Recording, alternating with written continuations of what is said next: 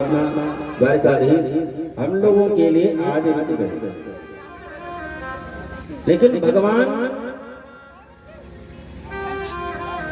के रुकने का मुख्य उद्देश्य क्या था?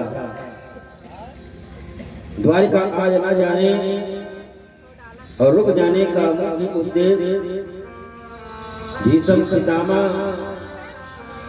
53 दिन व्यतीत हो गया है बाणों की सैया पर, उसी रणक्षेत्र में पड़े हुए हैं। उनको वचन दिए हैं कि अंतिम समय में आकर के मैं दर्शन दूंगा। उत्तरायण की प्रतीक्षा में उत्तरायण आए तो मैं शरीर का परित्याग करूं, शायद भगवान विष्णु के लिए ही रुक गए। लेकिन आज जब महल में भगवान सोए हुए थे, रोने की आवाज आई, द्वारकाधीश उधर ही गए। ये रोने की आवाज धर्मराज युधिष्ठिर के कमरे से आ रही थी। धर्मराज युधिष्ठिर के कमरे में जाकर के द्वारकाधीश कहने लगे, दादा इतनी रात में ये रोना बैठ करके किस बात के लिए? धर्मराज युधिष्ठिर ने कहा कि कन्हैया, क्या यही हीरामणि से जेवरात, हीरामणि से जड़ित महल के लिए ही मैंने इतना बड़ा महाभारत का युद्ध कर डाला? क्या महल में रहने के लिए, मखमल बिस्तर पर सोने के लिए ही मैं लाखों बच्चों को उनके पिता से मैं अनाथ कर दिया? लाखों माताओं बहनों का सिंदूर धुल गया, विधवा हो गई लाखों माताएं बहनें। कन्हैया, अब मैं जब एकांत में होता हूँ तो उन बच्चों की चीख, उन माताओं बहनों की चीख, उन सेनाओं के मांस के लोथड़े हमको दिखाई पड़ते हैं। बड़ा कष्ट है। धर्मराज युधिष्ठिर को रोता देख कन्हैया ने मन में विचार किया कि मैं ये कोई बात इनको कहता हूँ, समझाऊंगा तो उनके हृदय में वो बात उतरेगी नहीं, क्योंकि अभी भी ये हमको छोटा सा बालक ही मानते हैं। क्योंकि बताने वाले के प्रति जब तक सुनने वाले के हृदय में श्रद्धा और विश्वास नहीं होगा, तब तक गुरु बृहस्पति आ जाए समझाने के लिए, बताने के लिए, बात पल्ले पड़ने वाली नहीं। क्योंकि सुनने वाला कहने वाले के प्रति जब तक श्रद्धा नहीं रखेगा, विश्वास नहीं करेगा, तब तक उसकी बात उसके हृदय में उतरेगी ही नहीं।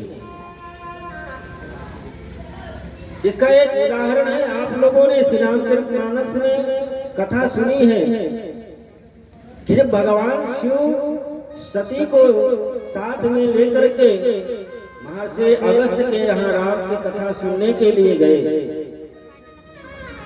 तो महर्षि अगस्त्य भगवान शिव को राम कथा सुना रहे, बगल में सती भी बैठी हुई हैं।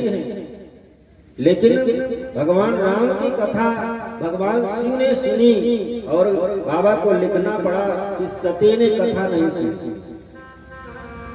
तो क्या सती कान में उंगली लगा करके बैठी थी? नहीं, कान में उंगली लगा करके नहीं बैठी। लेकिन जब पहुंची थी उस समय अगस्त्य जी महाराज भगवान शिव और पार्वती दोनों के चरणों में प्रणाम किए, तो सती के मन में ये शंका बैठ गई कि ये जब पहले से ही दंड प्रणाम कर रहा है, कथा क्या सुनाए? कहने वाले के प्रति अश्रद्धा होने के कारण तो कथा हृदय में नहीं बैठी, जिसका परिणाम क्या हुआ आप लोगों ने सुनी होगी जब कभी राम कथा गाने का अवसर मिले। तो भगवान द्वारकाधीश ने मन में विचार किया, यदि मैं दादाजी को समझाने का प्रयास करूंगा, इनके हृदय में बात उतरेगी नहीं, लेकिन इनके पूर्वज भीष्म पितामह बाणों की सैया पर पड़े हैं, उनको मैं वचन भी दे चुका हूँ कि अंतिम समय में आकर के दर्शन दूंगा, कहूंगा मैं ही, लेकिन उनके मुख से कहूंगा तो उनकी बात इनके हृदय में उतरेगी, जिससे इनके हृदय में जो वेदना है, जो कष्ट है, उसका निवारण कर सकता है। सुबह हुई, पांचों पांडवों को लेकर के द्वारकाधीश भीष्म पितामह बाणों की सैया पर जहाँ पर पड़े हुए थे, युद्ध स्थल पर पहुंच गए। आज 54 दिन व्यतीत हो गया है, 54वें दिन भगवान पहुंचे हैं, बाणों की सैया पर पड़े हुए हैं भीष्म पितामह, जिनके पैर में एक कांटा चुभ जाए कितना बड़ा कष्ट होता है, और जिसके पूरे शरीर में बाण ही लगा हो और उस बाणों की सैया बन गई हो और उसी पर पड़ा हो, उसको कितना बड़ा कष्ट है। सभी लोगों ने जा पहुंच करके भीष्म पितामह के चरणों में प्रणाम किया।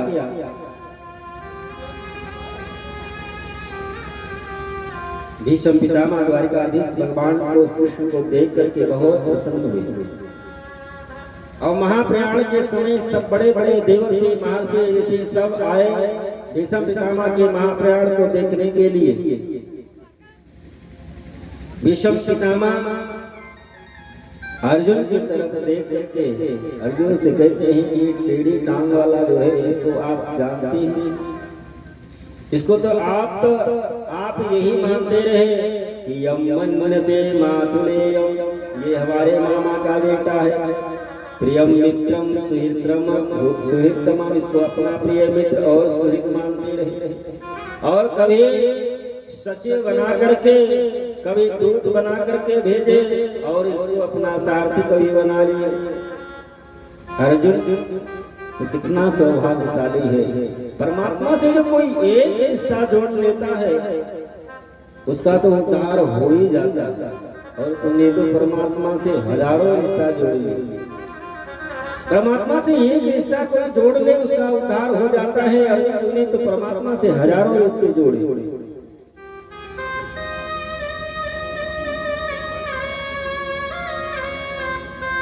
भगवान की तरफ भीष्म पितामह देख करके हाथ जोड़ करके, हाथ जोड़ नहीं सकते, पड़े हुए हैं बाणों की सैया पर, भगवान की तरफ देख करके मुस्कुरा करके भीष्म पितामह कन्हैया से कहते हैं कि प्रभु सदैव देव भगवान प्रतिष्ठिता, प्रभु जिस प्रकार से मैंने 54 दिन तक आपकी प्रतीक्षा की है बाणों की सैया पर, उसी प्रकार से आपको भी प्रतीक्षा करनी पड़ेगी। कब तक? कलेवरम यावदिदम हीनोम्यहम, जब तक मैं अपने शरीर को छोड़ न दूं। ऐसा सुन करके द्वारकाधीश भगवान का सर थोड़ा नीचे हो गया, मन में विचार करने लगे कि बाबा को तो इच्छा मृत्यु का वरदान मिला है, इनको इच्छा मृत्यु का वरदान मिला है। मन में आ गया कि दर्शन करना तो हजारों वर्ष ऐसे ही पड़े रह गए, हमको हजारों वर्ष तक खड़े रहना पड़ेगा। भगवान का चेहरा लटका हुआ देख करके भीष्म पितामह ने कहा कि प्रभु ये लटका हुआ चेहरा हमको नहीं देखना है आपका, तो प्रसन्न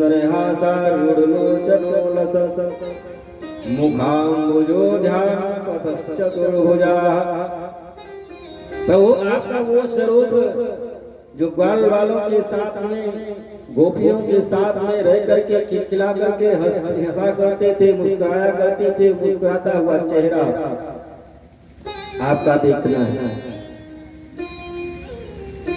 आज जो सौभाग्य भीष्म पितामह को मिला है, शायद ही तीनों लोगों में कभी किसी को मिला हो।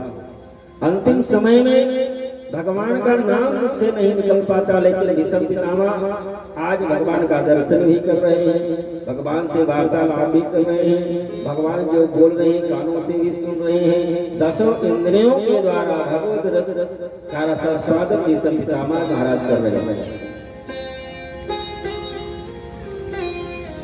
द्वारकाधीश भगवान कृष्ण भीष्म पितामह से कहते हैं कि बाबा आपको पता है महाभारत के युद्ध में करोड़ों लोग मारे गए, जिनके कष्ट के कारण दादा धर्मराज युधिष्ठिर बहुत परेशान रहे। उनको लगता है कि हमारे द्वारा ही सबकी मृत्यु हुई, वो कष्ट भीष्म पितामह दुर्योधन को अनेक प्रकार से बहुत से उदाहरण देकर के धर्मराज युधिष्ठिर को समझाते हैं, उनके हृदय को शांत करते हैं। इसके बाद में भगवान कहते हैं कि प्रभु अब ये आज के बाद आज से तो ये राजा है और राजा है यहाँ के, इनका राज धर्म क्या है आप उनको समझाने का प्रयास करते हैं। दान धर्मान राज धर्मान मोक्ष धर्मान विभाग स्त्री धर्मान भगवत धर्मान समासिद्ध्या संयोगतः। एक राजा का परम कर्तव्य क्या है आप इनको बताने की कृपा करें। भीष्म पितामह कहते हैं कि एक राजा होते हुए भी एक सदगृहस्थ आश्रम का सबसे पहला नियम यह है कि आप जितने भी कमाई करें, जो भी कमाएं उसका दशांश धर्म के लिए दान करना चाहिए। जो भी कमाई है उसका दशांश धर्म के लिए दान करना चाहिए। तो मान लीजिए 1 लाख महीने की कमाई है तो दशांश कितना हो गया 10,000 रुपया महीना दान के लिए निकालना बड़ा मुश्किल। तो उसमें भी शोधन किया कि दशांश का दशांश तो 1 लाख का 10,000, 10,000 का दशांश 1,000, 1,000 भी मुश्किल है तो उसका दशांश 100 रुपया। दान धर्मा ये मानव का जीवन मिला है तो जितना भी कमाएं, क्योंकि बहुत आपके पास में धन संपत्ति है इसका मतलब आप ही के लिए नहीं, परमात्मा ने आपको उस योग बना दिया है कि आप दूसरे की सहायता सहयोग कर सकते। लेकिन दान भी उसी से हो पाता है जिस पर भगवान की कृपा हो। अमीर और गरीब से मतलब नहीं होता है कि बड़ा अमीर है वही दान कर पाए। आपके इलाके में बड़े बड़े करोड़पति अरबपति पड़े हैं, बस पूरा जीवन व्यतीत हो गया होगा, सत्यनारायण कथा भी नहीं सुन पाएगा। एक देवमणि के ऊपर भागवत भगवान की कृपा ही रही कि सप्ताह ज्ञान महायज्ञ का आयोजन आज उनके यहाँ चला। ये भगवान की कृपा। दान धर्म पूजा पाठ है भगवान की जब कृपा होती है तभी हो पाता, ऐसा नहीं धन है वही दान कर पाएगा।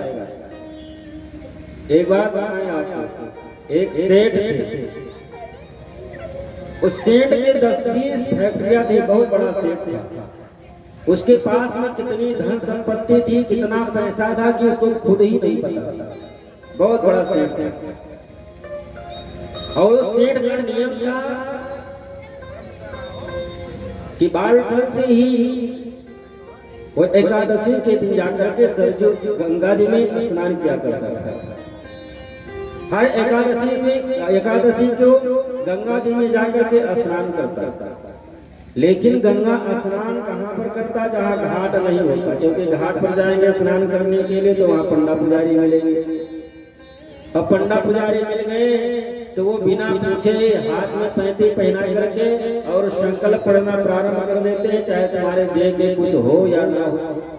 तो सेठ समझता था कि घाट पर जाएंगे तो पंडा मिलेंगे, वहाँ वो जबरदस्ती दान करा लेंगे, इसलिए वो सेठ कभी घाट पर स्नान करने नहीं जाता, घाट से दूर ही जाकर के स्नान करता और नियम से हर एकादशी को जाकर के स्नान करता। बहुत समय व्यतीत हो गया, भगवान एक मन में विचार करने लगे कि ये सेठ नियम से तो गंगा जी स्नान करता है, लेकिन गंगा स्नान करने का फल इसको नहीं मिलता, क्योंकि तीर्थ नदियों में स्नान करने के बाद में जब तक वहां पर रहने वाले पंडा हैं उनको आप कुछ देते नहीं हैं, तब तक वहां तीर्थ में स्नान करने का पुण्य ही नहीं मिलता। क्योंकि भगवान राम भी महर्षि विश्वामित्र के साथ में जब जनकपुर जा रहे थे, गंगा जी में स्नान किए, तो वहां पर जितने पंडा पुजारी थे सबको दान दे करके ही आगे बढ़े। भगवान ने मन में विचार किया कि नियम से तो गंगा स्नान करता है, लेकिन गंगा स्नान करने का पुण्य तो तभी मिलेगा जब वहां पर रहने वाले पंडा पुजारी को दान दे। दान देता नहीं है, कंजूस सेठ निकल जाता है और ये नरक में जाएगा। तो जब गंगा जी स्नान करने के लिए एकादशी को गया तो भगवान स्वयं पंडा बन करके आ गया। भगवान स्वयं पंडा बन करके आ गए। गंगा जी से स्नान करके निकल करके आया, कपड़ा पहन ही रहा था, तब तक आ गए। अरे सेठ जी क्या है? अरे कुछ दान वान कर दिया करो, गंगा जी स्नान करके ऐसे ही चले जाते हो, क्या दान कर दे? अरे कुछ गौ दान करना चाहिए ना, गंगा जी स्नान करने के बाद में कुछ लाए नहीं। ठीक है सेठ जी कुछ लाए नहीं, संकल्प कर लो, हम घर पे आकर के ले लेंगे। पंडा लोग ऐसा भी करते। भगवान पंडा के रूप में आए। पंडा बाबा ने कहा कि आप संकल्प कर लीजिए, हम घर पर आकर के ले लेंगे। सेठ ने कहा कि यदि मान लीजिए अधिक कुछ संकल्प करते हैं तो जरूर आएगा। इतना कुछ करते हैं जिससे घर पर आए भी ना। सेठ ने कहा कि यदि आप संकल्प कराना ही चाहते तो 4 आने का संकल्प करा देना। सेठ ने मन में विचार किया कि 4 आने का संकल्प कर देंगे, आएगा नहीं, देना भी नहीं पड़ेगा। 4 आने का संकल्प करके सेठ घर पे आ गया। घर पे आया, सोया और सुबह सुबह भगवान पहुंच गए। सुबह सुबह पंडा बाबा पहुंच गए, आवाज लगाई, अरे सेठ जी। सेठ आवाज को सुन करके पहचान गया। सेठ ने मन में विचार किया कि वही पंडा है जो कल गंगा जी के किनारे मिला था, और ये 4 आना लेने के लिए आया है, अब लेकर के ही जाएगा। अब करे क्या? तो देना पड़ेगा। सेठ ने सेठानी से कहा एक काम करो, हम मरने का बहाना करते हैं, तुम रोने का बहाना करो।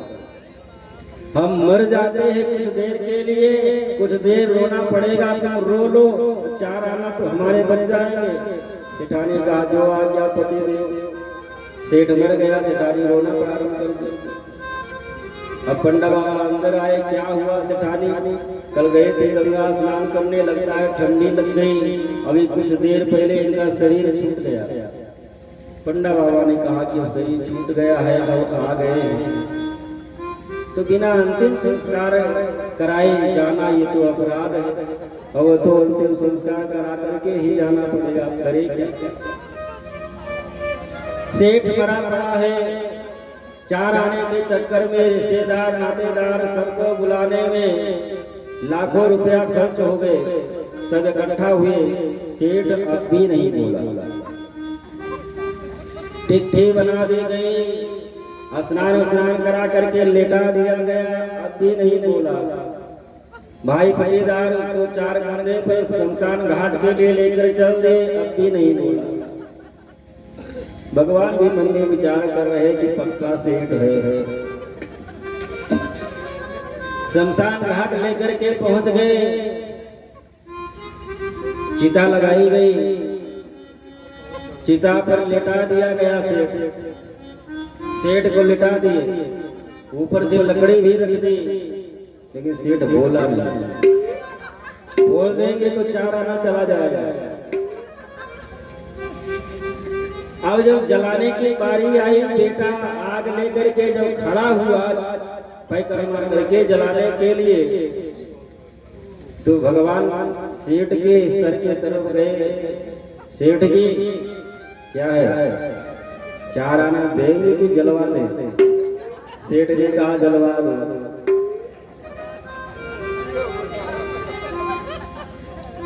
भगवान ने कहा कि 4 आना देंगे आपके, जलवा दें। सेठ ने कहा कि 4 आना हम नहीं दे पाएंगे, जलवा दो। भगवान ने कहा सेठ तुम जीते हम हारे, जो तुम मांगो हम देने के लिए तैयार हैं। सेठ ने कहा हमसे आपसे कुछ लेना देना हमको नहीं है, वही 4 आना जो आप संकल्प कराए थे वही छोड़ दो बस।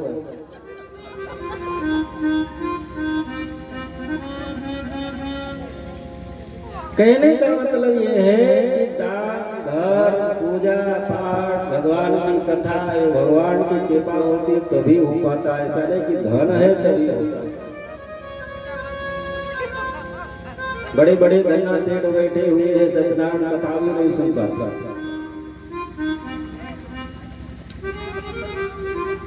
दान धर्मान राज धर्मान। भीष्म पितामह धर्मराज युधिष्ठिर को एक राजा का परम कर्तव्य क्या है? एक राजा के लिए जो सब प्रजा है उसके संतान से भी बढ़ करके है। जिस प्रकार से संतान का पालन पोषण उसके माता पिता करते हैं, उसी प्रकार से एक राजा को भी संपूर्ण प्रजा का पालन पोषण करना चाहिए। राजा का धर्म है।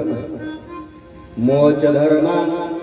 ये मानव का शरीर जो मिला हुआ है केवल खाने पीने और घर परिवार मकान दुकान के लिए नहीं है, ये तो केवल मोक्ष प्राप्ति के लिए ही मानव का शरीर मिला हुआ है। क्योंकि ये मानव शरीर के द्वारा ही भजन पूजा पाठ किया जा सकता है। अन्य जो 84 लाख योनियां हैं उनके द्वारा दान धर्म पूजा पाठ कथा श्रवण ये सब नहीं हो पाए। केवल ये सौभाग्य मानव को ही प्राप्त है। बड़े भागी मानुष तन पावा। भगवान ने बड़ी कृपा करके मानव का शरीर दिया है ये जीव आत्मा को मोक्ष प्राप्ति करने के लिए। दान धर्मान राज धर्मान मोक्ष धर्मान विभाग विभाग स्त्री धर्मान भगवत धर्मान समासिद्या संयोगता।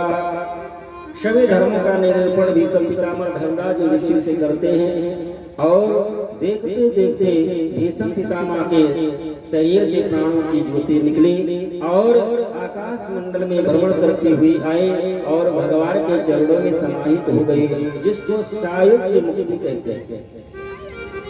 सायुज्य मुक्ति माने वो भगवत स्वरूप ही हो जाता है। जो मुक्ति श्री भीष्म पितामह महाराज को मिली शायद ही किसी को प्राप्त हुई हो। बोलो भीष्म पितामह महाराज की। भीष्म पितामह को भगवान सायुज्य मुक्ति प्राप्ति प्रदान किए और उसके बाद में अब आज द्वारिकाधीश भगवान कृष्ण द्वारिका करने के लिए प्रस्थान किया। सभी लोगों ने आंखों में आंसू भर करके भगवान की विदाई की। भगवान आज द्वारिका में पहुंचे।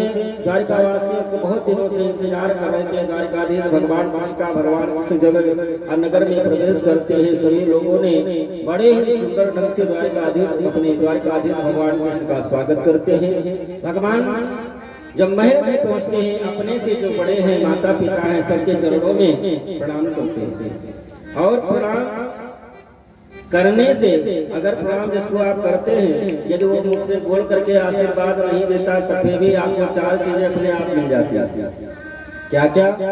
अभिवादन शीलस्य नित्यं वृद्धोपसेविना चत्वारि तेषां वर्धन्ते आयु विद्या यशो बलम। 4 वस्तुएं आपको अपने आप मिल जाती हैं। लेकिन प्रणाम करने का तरीका क्या है?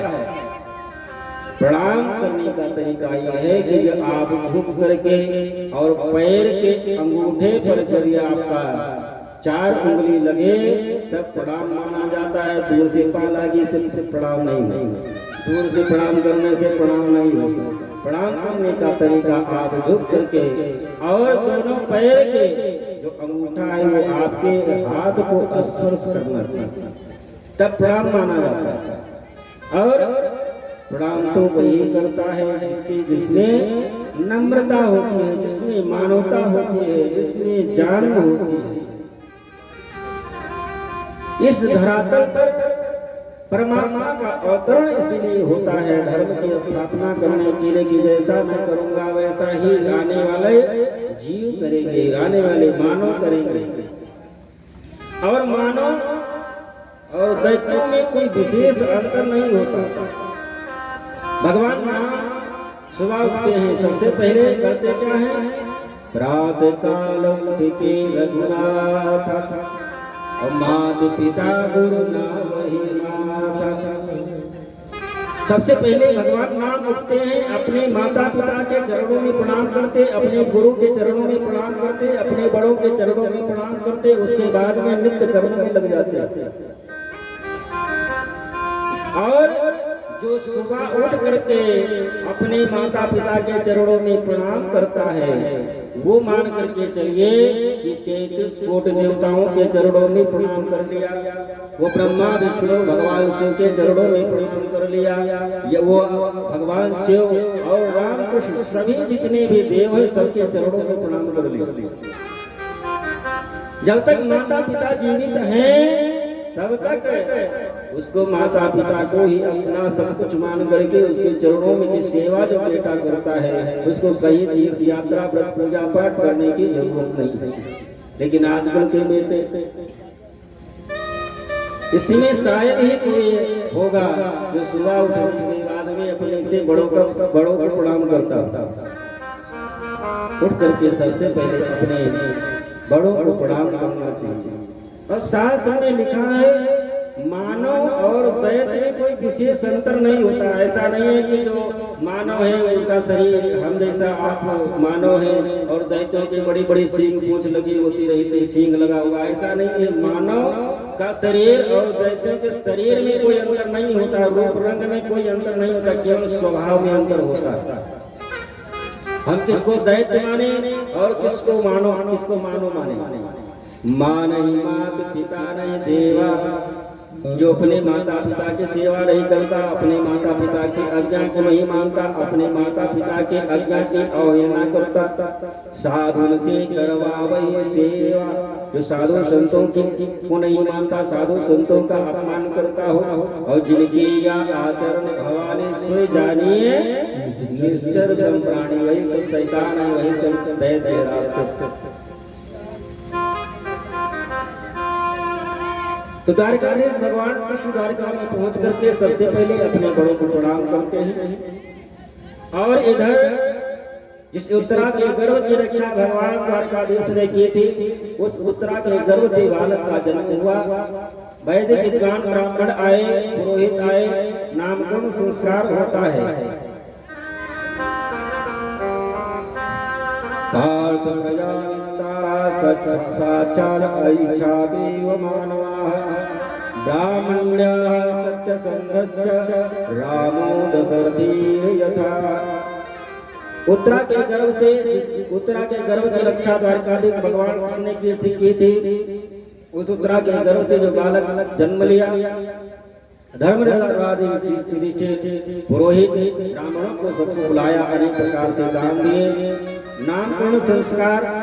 नामकरण करते समय पुरोहित ने कहा कि आपका जो बेटा है, जो आपके घर में जो जन्म लिया है, ये महाराज अर्जुन के समान धर्मवीर होगा, इच्छाकों के समान ये प्रजा का पालक होगा, और ये मानव ऐसा होगा, ये ब्राह्मणों की सेवा करने वाला, साधु संतों की सेवा करने वाला होगा, और भगवान राम के तरह ये अपने माता पिता की आज्ञा का पालन करने वाला होगा। बहुत बड़ा धर्मात्मा होगा आपका बेटा। लेकिन एक कमी है, वो क्या? अन्यानि भूतानि गच्छन्ति पाप मंदिरम। ऐसा सुंदर के धर्मराज युधिष्ठिर का चेहरा लटक गया। ब्राह्मणों ने पूछा कि महाराज आप उदास क्यों हो गए? धर्मराज युधिष्ठिर ने कहा कि शास्त्र में ऐसा हमने सुना है कि जिसकी मृत्यु सर्प के काटने से होती है, उसको यमलोक जाना पड़ता है, उसको नरक में जाना पड़ता है।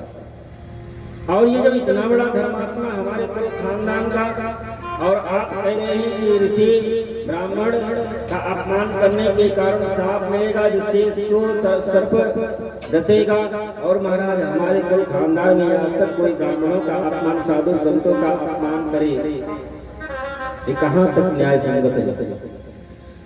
ब्राह्मणों ने कहा कि भले ही इसकी मृत्यु सर्पदंश से होगी, लेकिन स्वयं जिस परात्पर पार्वती परमेश्वर परमात्मा भगवान कृष्ण ने आकर के गर्भ में जिसने रक्षा की थी, वही परमात्मा आकर के इसकी रक्षा करेंगे ये भगवत गति को प्राप्त करेगा। और इसके मृत्यु गंगा जी के किनारे होगी।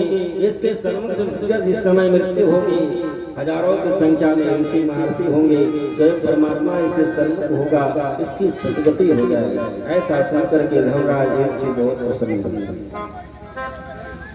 नाम इसका परीक्षित रखा गया और यही परीक्षित महाराज आगे चल करके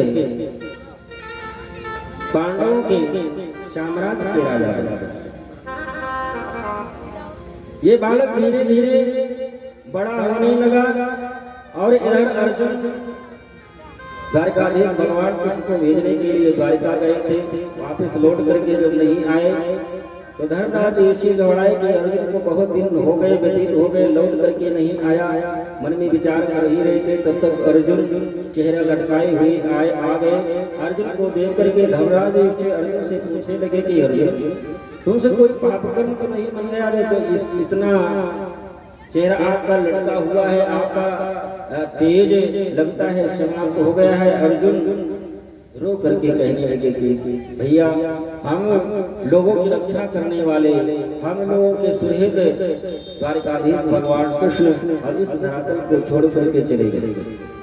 ऐसा सुन करके द्रौपदी और कुंती अपने प्राणों का परित्याग कर देते हैं। जिस प्रकार से चक्रवर्ती सम्राट महाराज दशरथ ने जब ये सुना कि राम वापस लौट करके नहीं आएंगे, 14 वर्षों के लिए वनवास चले गए, तो राम राम कहते हुए चक्रवर्ती सम्राट दशरथ ने अपने प्राणों का परित्याग किया था। उसी प्रकार से कुंती और द्रौपदी को जब ये पता चला कि द्वारिकाधीश इस धरातल पर नहीं रहे, इतना सुनते ही अपने प्राणों का परित्याग करते हैं। और ये पांचों भाई राजा परीक्षित को सिंहासन पर बैठा करके राज तिलक करके स्वर्गारोहण के लिए तैयारी करते तरफ प्रस्थान करते हैं। हिमालय पर्वत की ओर प्रस्थान करते हैं। एक एक करके सबकी मृत्यु होती गई और स्वर्ग हो जाते गए। लेकिन धर्मराज युधिष्ठिर शरीर यमलोक हो गए, क्योंकि धर्मराज स्वयं यमराज है। इनको मांडव ऋषि के श्राप के कारण इस धरातल पर आना पड़ा था। श्री सूजी महाराज कहते हैं इस प्रकार से ये राजा परीक्षित का वंश था और इसी वंश में राजा परीक्षित का जन्म हुआ। और राजा परीक्षित महाराज इनका राज तिलक हो गया। कुछ दिन व्यतीत हुए। एक दिन राजा परीक्षित के मन में विचार आया कि हमारे पूर्वजों का इतना बड़ा साम्राज्य है, चल करके मैं देखूं तो।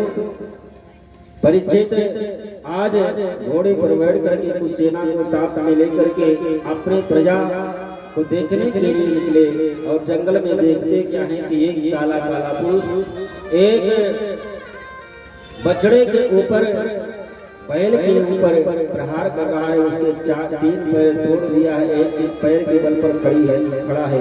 बगल में गौ माता खड़ी हुई है, आपस में दोनों वार्ता कर रहे हैं। लेकिन वो पुरुष अभी भी गौ माता और उस बैल पर प्रहार कर रहा है। राजा परीक्षित पास में पहुंचे और अपने धनुष पर बाण चढ़ा लिए कि तुमको मैं जीवित नहीं छोड़ूंगा। भले ही गोपाल इस धरातल को छोड़ करके चले गए हैं, लेकिन गोपाल का भक्त भी जीवित है। तुम्हारी कैसे हिम्मत हुई कि हमारे साम्राज्य में गौ माता और बैल के ऊपर तुम अत्याचार करते?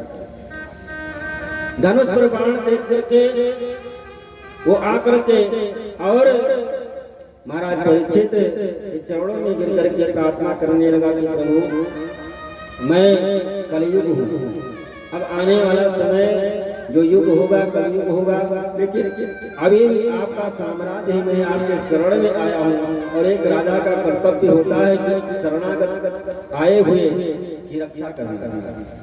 महाराज मैं आपकी शरण में,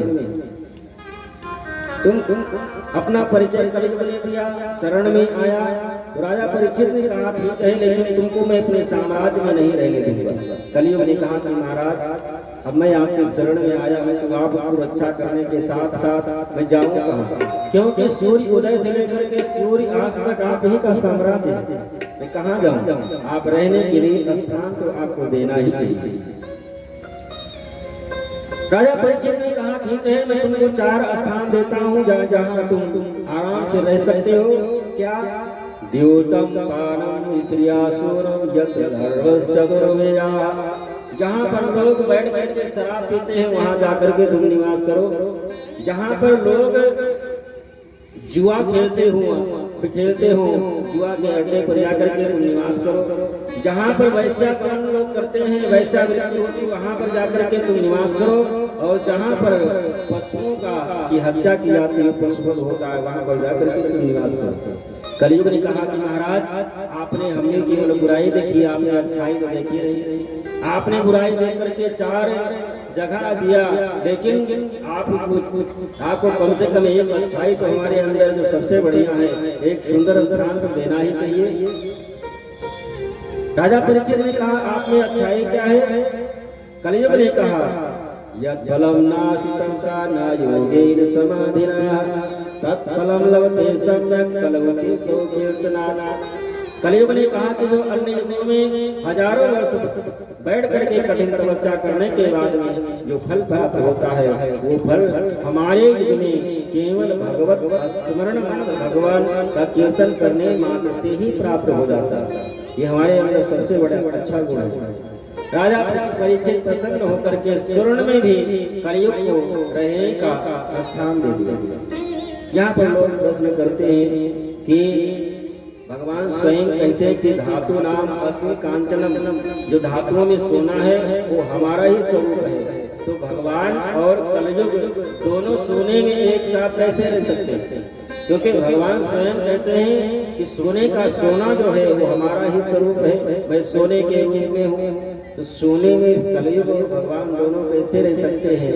समाधान ये है कि जो अपने मेहनत का कमाई का लाया हुआ सोना रहता है उसमें तो भगवान निवास करते, लेकिन जो चोरी बेईमानी का सोना रहता है उसमें तो कलयुग ही निवास करता है।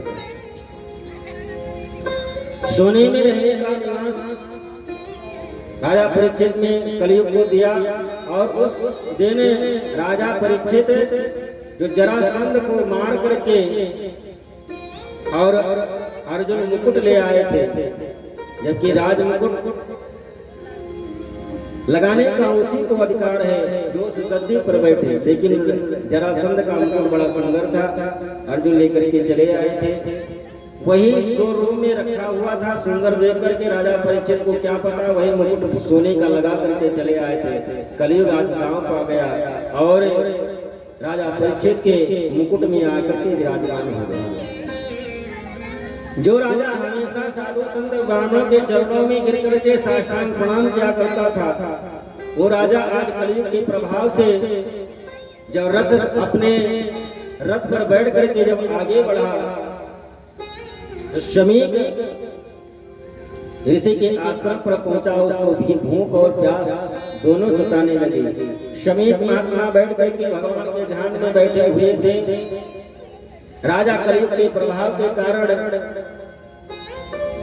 वो समझा कि ये पाखंड किए बैठे हैं।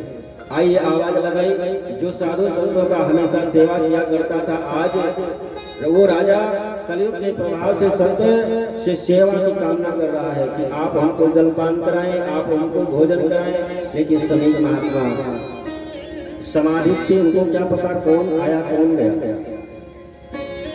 शमीक महात्मा जब उठे नहीं तो वहीं पर एक मरा हुआ सर्प पड़ा था, गले में लिपटा करके, और राजा परीक्षित अपने महल में चले गए।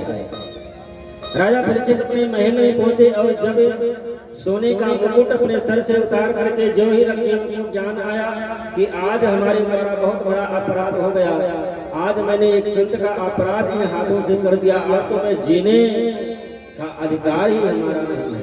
तो साधु संतों की सेवा करने हमारे पूर्वज करते चले आए, आज हमारे द्वारा ऐसा अपराध हो गया। हमको तो जो संसार का सबसे बड़ा दंड है वो मिलना चाहिए। और इधर शमीक ऋषि के पुत्र सिंगी को जब ये पता चला कि हमारे पिता के गले में राजा परीक्षित गले में मरा हुआ सर्प डाल करके चले गए, तो वहीं गंगा जी के जल को उठाया हाथ में और श्राप दे दिया कि राजा, जिस प्रकार से तुमने हमारे पिता का अपमान सर्प गले में लपेट करके किया है, मैं तुमको श्राप देता हूँ कि आज के 7वें दिन तुमको तक्षक सर्प डसेगा और तुम्हारी मृत्यु हो जाएगी। रोता हुआ श्रृंगी जब अपने पिता समीक के पास में आया, समीक महाराज की समाधि टूटी। क्या है बेटा, इतना क्यों रो रहे हो? श्रृंगी ने कहा कि पिता आप का अपमान करके राजा परीक्षित चले गए, आपको पता ही नहीं।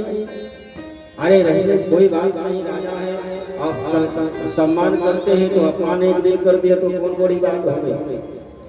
श्रृंगी ने कहा कि पिताजी हमने तुमको श्राप दे दिया। कैसा श्राप दे दिया? आज के 7वें दिन उनको तक्षक सर्व डसेगा, उनकी मृत्यु हो जाएगी। महर्षि शमीक ने कहा कि बेटा आपने बहुत गलत काम किया, क्योंकि आज के बाद में अब कलयुग का प्रभाव धरातल पर आ जाएगा।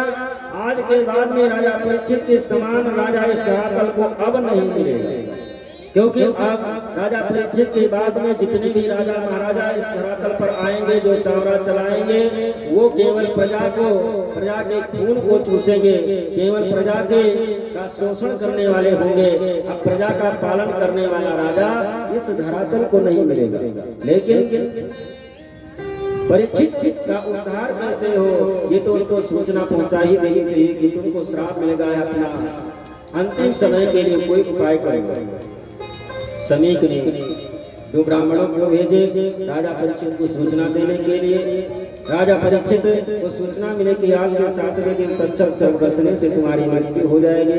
राजा बहुत प्रसन्न हुए, अपने पुत्र जन्मेजय का राज तिलक करके राजा परीक्षित गंगा जी के किनारे आ गए। और जिन ऋषि महर्षियों को पता चला, वशिष्ठ, अत्रि, दुर्वासा, अंगिरा, जितने भी ऋषि महर्षि थे, जिनको भी पता चलता सब आ गए। चारों तरफ ऋषि महर्षि सब बैठे हुए हैं, सब आपस में विचार विमर्श यही कर रहे हैं कि जल्दी मरने वाले को क्या करना चाहिए, जल्दी मरने वाले को क्या करना चाहिए। क्योंकि राजा परीक्षित के पास में ज्यादा समय नहीं है, कोई बड़ा अनुष्ठान पूजा पाठ हो नहीं सकता। आपस में विचार विमर्श ही कर रहे थे। तब तक जो भगवान गर्भ में आकर के रक्षा की थी, वही भगवान सुखदेव के रूप में अवतरित हुए हैं। श्री सुखदेव जी महाराज भगवान का आगमन होता है। सुखदेव जी महाराज को देख सभा में आया देख सभी लोग उठ करके खड़े होकर के उनका सम्मान करते हैं, प्रणाम करते हैं, सिंहासन पर बैठाए। राजा परीक्षित श्री सुखदेव जी महाराज का पूजन करते हैं, पूजन विधोद का पूजन करते हैं। और अब श्री सुखदेव जी महाराज आ गए हैं। अब राजा परीक्षित सुखदेव जी महाराज से प्रश्न करेंगे। प्रश्न का उत्तर कल से श्री सुखदेव जी महाराज परीक्षित महाराज को कथा श्रवण कराएंगे। आइए छोटी सी भजन आप प्रसाद लेकर के आप जय भगवान के बिहारी लाल की।